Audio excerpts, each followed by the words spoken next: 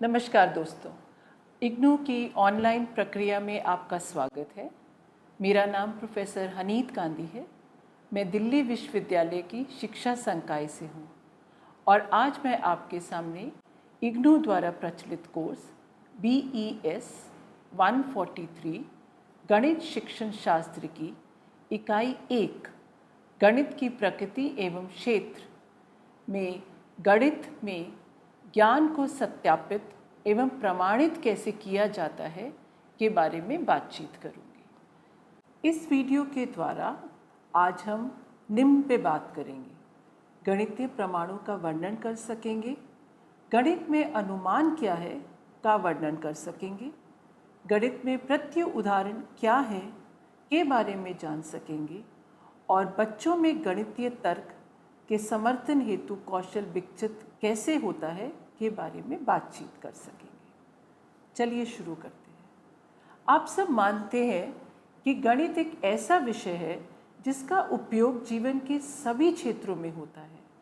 जाने अनजाने में सभी व्यक्ति अपने दैनिक जीवन में गणित का उपयोग करते हैं। गणित के महत्व को ध्यान में रखते हुए इस विषय को विद्यालय पाठ्यचर्या में अनिवार्य अंग माना गया है। प्रारंभिक विद्यालय पाठ्यचर्या में गणित विषय पर अधिक बल दिया गया है।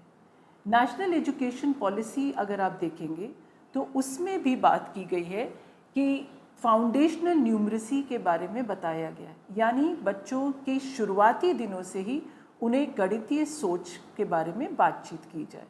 एक बुनियादी गणित उनको जानना बहुत ज़रूरी है। अगर आपने नेशनल एजुकेशन पॉलिसी 2020 नहीं पढ़ी है तो मेरा आपसे आग्रह है कि आप इस पॉलिसी को पढ़िए। इसके अंक 2 में फाउंडेशनल न्यूमरेसी और फाउंडेशनल लिटरेसी की बात की गई है, जिसे जानना बहुत ज़रूरी है। वहाँ पर बेसिक अंकगणित, बेसिक अंकों की जानकारी बच्चों के लिए क्यों ज़रूरी है, इस पर बल दिया गया है। जैसे जैसे बच्चे उच्च कक्षा में प्रवेश लेते हैं वैसे वैसे गणितीय अवधारणाओं की जटिलता बढ़ती जाती है। सामान्यतः यह देखा गया है कि बहुत से बच्चों की यह मान्यता होती है कि गणित सीखने तथा समझने में कठिन है। वे इसी भय से गणित छोड़ देते हैं। इस संदर्भ में शिक्षक की महत्वपूर्ण भूमिका होती है। एक सफल गणित शिक्षक को गणित की अवधारणाओं के सैद्धांतिक समझ तथा गणित की प्रकृति की गहन समझ होना बहुत ज़रूरी है। इससे आप बच्चों की गणित के प्रभावी अधिगम हेतु सहायता कर सकेंगे और आज हम इन्हीं विषयों के बारे में विस्तृत से बातचीत करेंगे। गणित की प्रकृति, जैसे गणित के विचार मूर्त से अमूर्त की ओर विकसित होते हैं, विशिष्ट से सामान्य की ओर विकसित होते हैं, इसी तरह गणित में हम परिभाषाओं जो अवधारणाओं का वर्णन करती हैं, उदाहरण जो प्रक्रियाओं को स्पष्ट करते हैं, प्रमेय जो वेद परिणामों को कथन रूप से प्रदर्शित करते हैं, अनुमान जो ऐसे कथन होते हैं जिनका प्रमाणित होना शेष होता है परंतु जो विश्वसनीय लगते हैं, तथा प्रत्यय उदाहरण जो कथनों को असत्य सिद्ध करते हैं इत्यादि से परिचित होते हैं। जिस शिक्षक को गणित के इन सभी पहलुओं का ज्ञान होता है वह अधिगम गतिविधियों को अधिक प्रभावी रूप से संचालित करने में सक्षम होते हैं। अतः इस वीडियो में हम इन सभी अवधारणाओं पर विस्तार रूप से चर्चा करेंगे। आइए आगे बढ़ते हैं। कल्पना कीजिए कि एक मात्र 4 वर्ष का बच्चा गली में घूम रहा है। उसे ऐसी संभावनाएं हैं कि वह विविध दुकानों को देख सके। यह कोई किराने की दुकान, सब्जी की दुकान, मीट शॉप कुछ भी हो सकती है। बच्चा लगभग 4 किलोमीटर घूमता है और देखता है कि अधिकांश दुकानें किराने की हैं। अब वह अवलोकन करता है और अपने अवलोकन के आधार पर निष्कर्ष निकालता है कि ये पूरी मार्केट जो है ये किराने की दुकान की मार्केट है, वह यह संभवतः बाजार केवल किराने की दुकानों से ही भरा हुआ है। एक प्रकार से यह एक तरह का सामान्यकरण है। तो गणित में भी सामान्यकरण इस्तेमाल होता है और यहाँ बच्चे ने अपने अवलोकन पर दुकानों का सामान्यकरण किया कि वह किराने की दुकानें हैं। गणित में भी हम सामान्यकरण करते हैं, जो तर्क के तरीकों में से एक है। सामान्यकरण से हमारा अर्थ एक अवलोकन के निगमन से है, जो सत्य भी हो सकता है और असत्य भी हो सकता है। सामान्यकरण के सत्य या असत्य होने की संभावना समान होती है। अब मानिए यदि यही बच्चा एक दुकान में किराने के अलावा सब्जी बिकते हुए देखता है, तो वह अनुमान कर सकता है कि यह बाजार किराने की दुकान का नहीं है। सामान्यकरण की तरह ही अनुमान भी सही या गलत हो सकता है। अनुमान के सत्यापन हेतु जांचने की आवश्यकता होती है। मान लीजिए कि किसी दुकान में सामने की ओर से किराने का सामान तथा पीछे की ओर सब्जी, फल, कॉफ़ी इत्यादि है। ऐसी परिस्थितियां भी हो सकती हैं जहां बच्चे इस निर्णय में असमंजस हों कि दुकान किराने की है या मिठाई की। ऐसी स्थितियों में बच्चा यह निष्कर्ष निकालने में असफल होता है कि बाजार किराने की दुकानों का है या मिठाई की या फिर दोनों का। गणितीय तर्क में इस तरह की स्थिति विशिष्ट स्थिति कहते हैं। कभी कभी हम जिन सिद्धांत तथा सामान्यकरण पर पहुंचते हैं वे विशिष्ट स्थितियों हेतु द्वारा उपयुक्त नहीं हो सकते हैं। इसी उदाहरण में हम ये मान सकते हैं कि बाजार किराने की दुकान का है या कुछ और का है। गणित में हम इसे परिकल्पना कहते हैं। हम परिकल्पना कर लेते हैं कि यह बाजार किराने की दुकानों का है। परिकल्पना तब तक परिकल्पना रहती है जब तक हम उसे सही या गलत सिद्ध करने के पक्ष में कोई तर्क या व्याख्या प्रस्तुत नहीं करते। गणित में ऐसी व्याख्या या तर्क को प्रमाण कहते हैं। बहुत सारे शब्द पढ़ लिए, लेकिन अब इन सब शब्दों की प्रक्रियाओं पर विस्तार से चर्चा करने की ज़रूरत है। चलिए सबसे पहले अनुमान या अप्रॉक्सीमेशन से बातचीत शुरू करते हैं। अधिकतर आपने देखा होगा कि बच्चे बहुत सा अवलोकन करते हैं। बच्चे अपने अवलोकन के आधार पर बहुत से घटकों के बीच संबंधों की खोजबीन करते हैं, पैटर्न पहचानते हैं तथा कुछ कथनों को बनाते हैं। परंतु यह निश्चितता से नहीं कहा जा सकता कि ये कथन सही है या गलत। इन कथनों को सही रूप से संगठित ज्ञान का हिस्सा बनाने हेतु हमें इन्हें तर्कों द्वारा प्रमाणित करना पड़ता है। बच्चे सामान्यतः कुछ तर्कों के आधार पर कुछ कथन बनाते हैं तथा उसके सही या गलत होने के पक्ष में अपने तर्क प्रस्तुत करते हैं। यही सब गणितीय समस्याओं के समाधान तथा संबंधों को खोजने में भी परिणाम तक पहुंचने हेतु किया जाता है। जब बच्चा गणितीय समस्या का समाधान ढूंढने का प्रयास करता है, तब वह अनुमान बनाता है तथा उसे वह तब तक सत्य प्रतीत होता है जब तक कि उसकी असत्यता हेतु कोई मूर्त प्रमाण प्रस्तुत नहीं किया जाता। अर्थात अनुमान शब्द का उपयोग प्रायः गणितीय समस्या का समाधान तथा खोजबीन में किया जाता है। यह ऐसे कथन के बारे में बताता है जो सही भी हो सकता है और गलत भी हो सकता है, जब तक कि उसकी सही या गलत होने के पक्ष में कोई साक्ष्य प्रस्तुत नहीं किया जाता। सामान्यतः किसी अनुमान को परीक्षण हेतु कुछ गणितीय प्रक्रियाओं से गुजरना पड़ता है। अनुमान निर्माण तथा परीक्षण का यह अनुभव गणितीय तर्क हेतु आधार बनाता है। अब चलिए इस सब को एक उदाहरण से समझते हैं।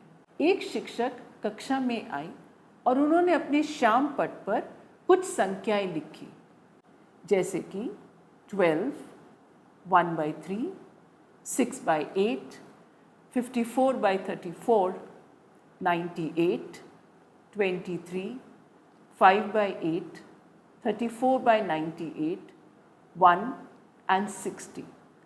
अब उन्होंने बच्चों से पूछा कि क्या आपको ये जो संख्याएं दिख रही हैं उनमें से परिमेय संख्याएं छांटकर बताइए। मेरा आग्रह है आप इस वीडियो को पॉज करें और खुद अध्ययन करें कि इनमें से कौन कौन सी संख्याएं परिमेय संख्याएं हैं। एक बच्ची उठी और उन्होंने जवाब दिया, महोदय परिमेय संख्या इनमें से 1/3 है, 6/8 है, 54/34 है, 5/8 है तथा 34/98 है। क्या लगता है आपको, क्या इस बच्ची ने सही जवाब दिया? उसने क्या तर्क बनाए? क्या वह सही जवाब दे रही थी? वो क्या सोच रही थी? इसी चीज़ को जानने के लिए शिक्षिका ने आगे पूछा, आप क्या सोच रही हैं?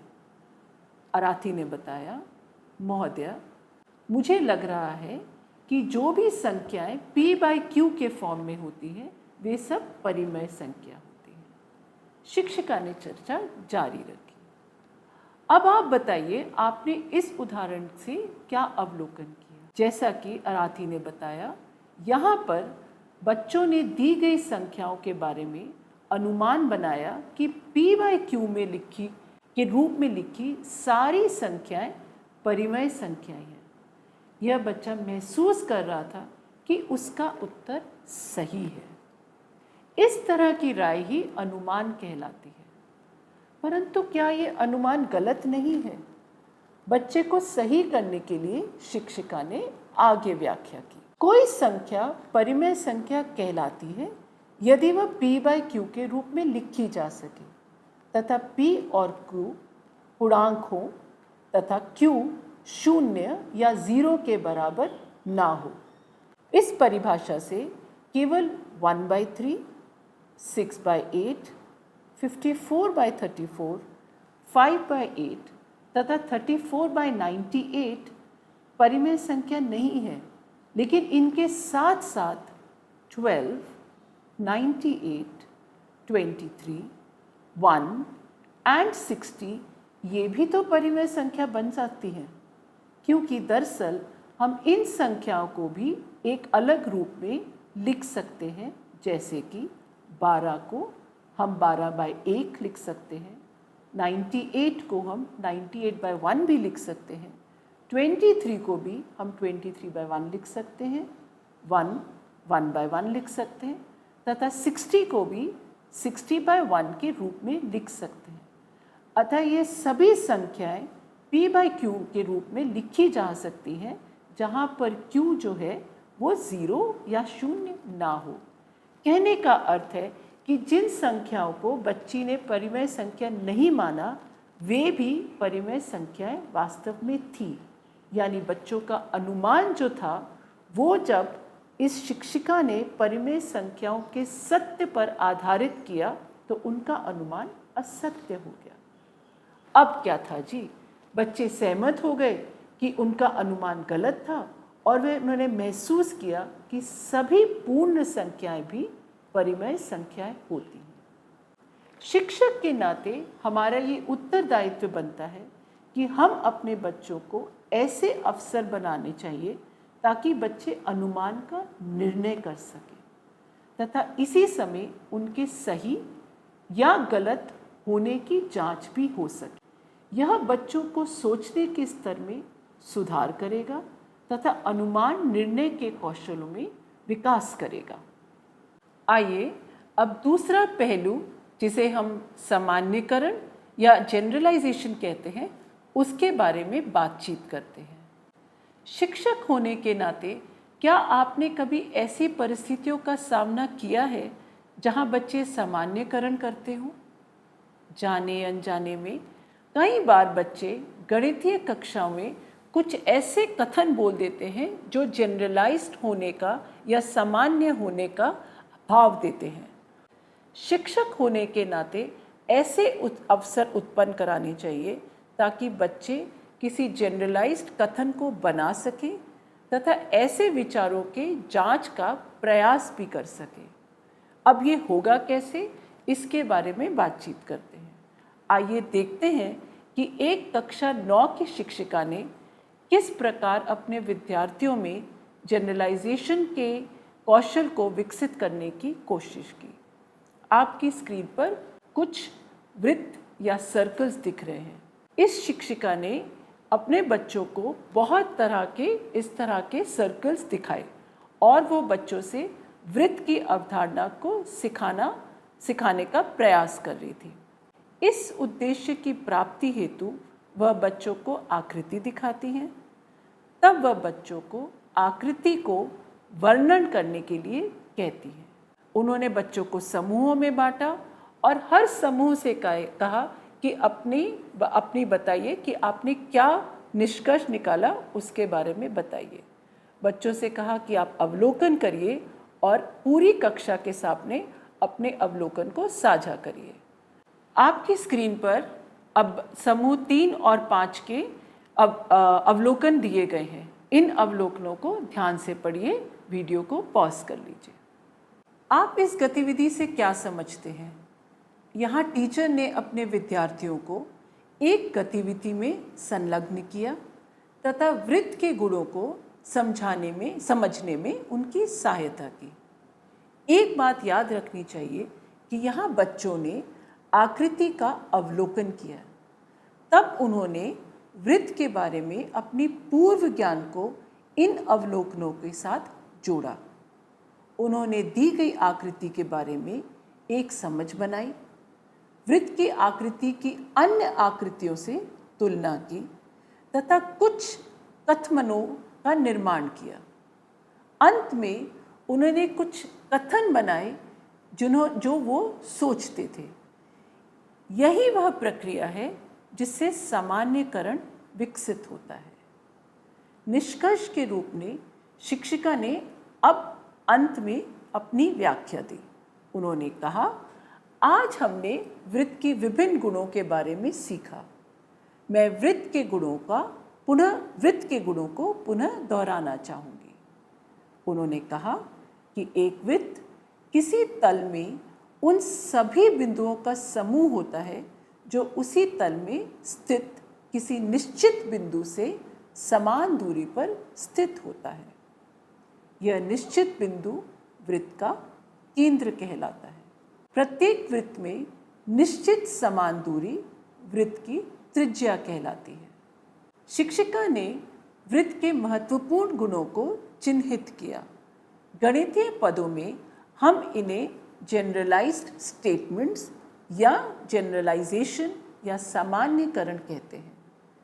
गणित में सामान्यकरण ऐसे कथन हैं जो यह बताते हैं कि कथन समूह की सभी संख्याओं या आकृतियों या व्यक्तियों के बारे में सत्य है या नहीं। एक कथन सत्य या असत्य हो सकता है। आप अवलोकन के पश्चात पाएंगे कि सामान्यकरण करने में सदैव प्रत्येक, सभी, कोई भी, आदि, तब इत्यादि शब्दावली का इस्तेमाल होता है। अब तीसरा पहलू प्रत्यय उदाहरण यानी काउंटर एग्जाम्पल के बारे में बात करेंगे। हमने अनुमान तथा जनरलाइजेशन के बारे में सैद्धांतिक रूप से चर्चा की है।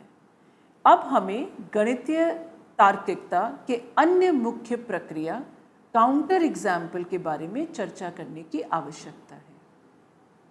मान लीजिए कि शिक्षिका ने कक्षा में यह कथन कहा, सभी अभाज्य संख्याएं विषम संख्याएं होती हैं। क्या कहना है आपका? आप क्या समझते हैं कि यह कथन सत्य है? 2 मिनट वीडियो को पॉज करिए और चिंतन करिए। वास्तव में नहीं, क्योंकि 2 जो सम संख्या होने के साथ साथ अभाज्य संख्या भी होती है। अतः हम यह कथन नहीं बना सकते कि सभी अभाज्य संख्याएं विषम संख्याएं होती हैं। इस उदाहरण में संख्या 2 एक विशिष्ट स्थिति है तथा एक काउंटर एग्जाम्पल या प्रत्यु उदाहरण है। अतः सामान्यकरण कथन में सुधार किया जा सकता है। अब शिक्षिका क्या सुधार करेंगी?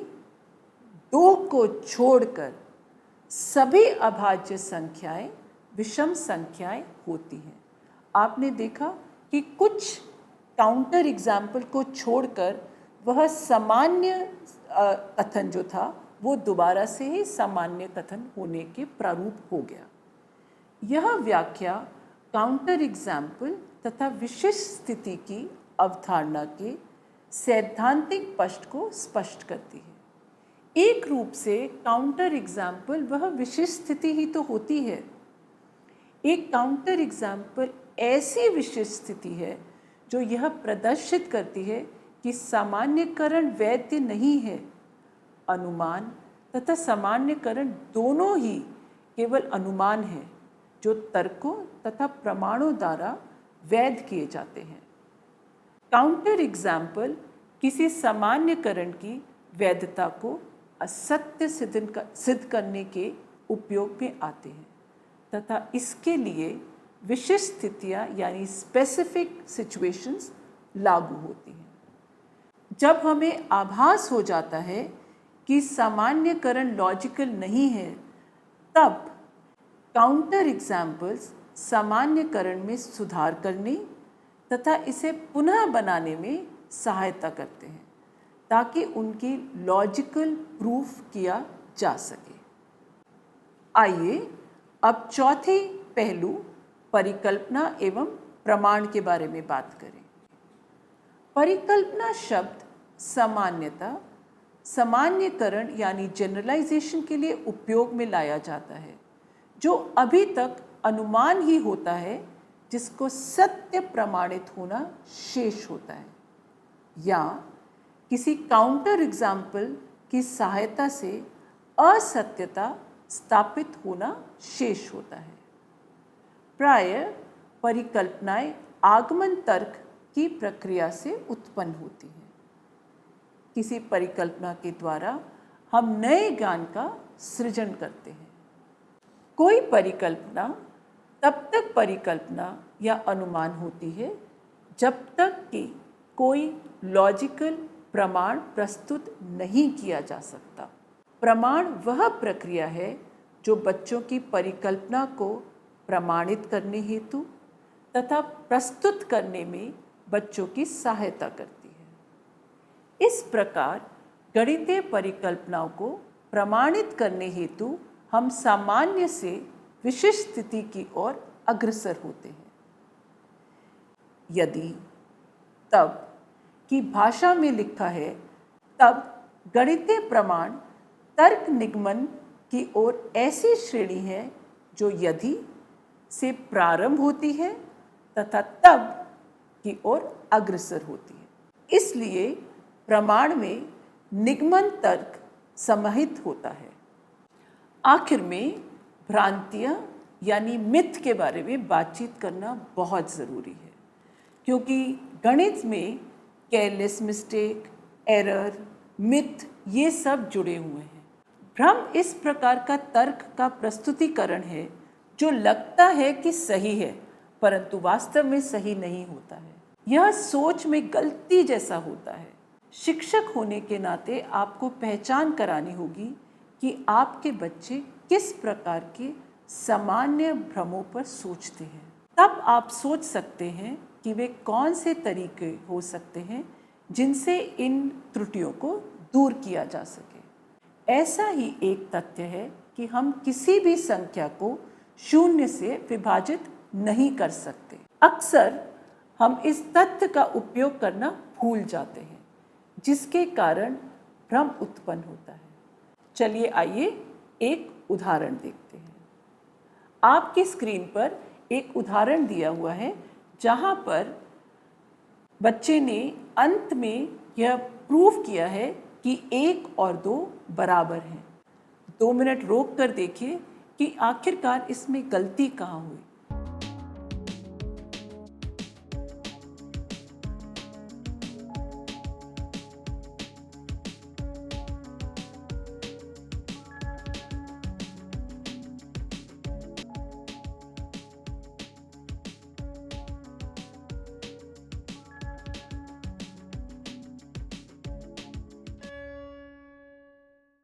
क्या 1 और 2 बराबर किए जा सकते हैं?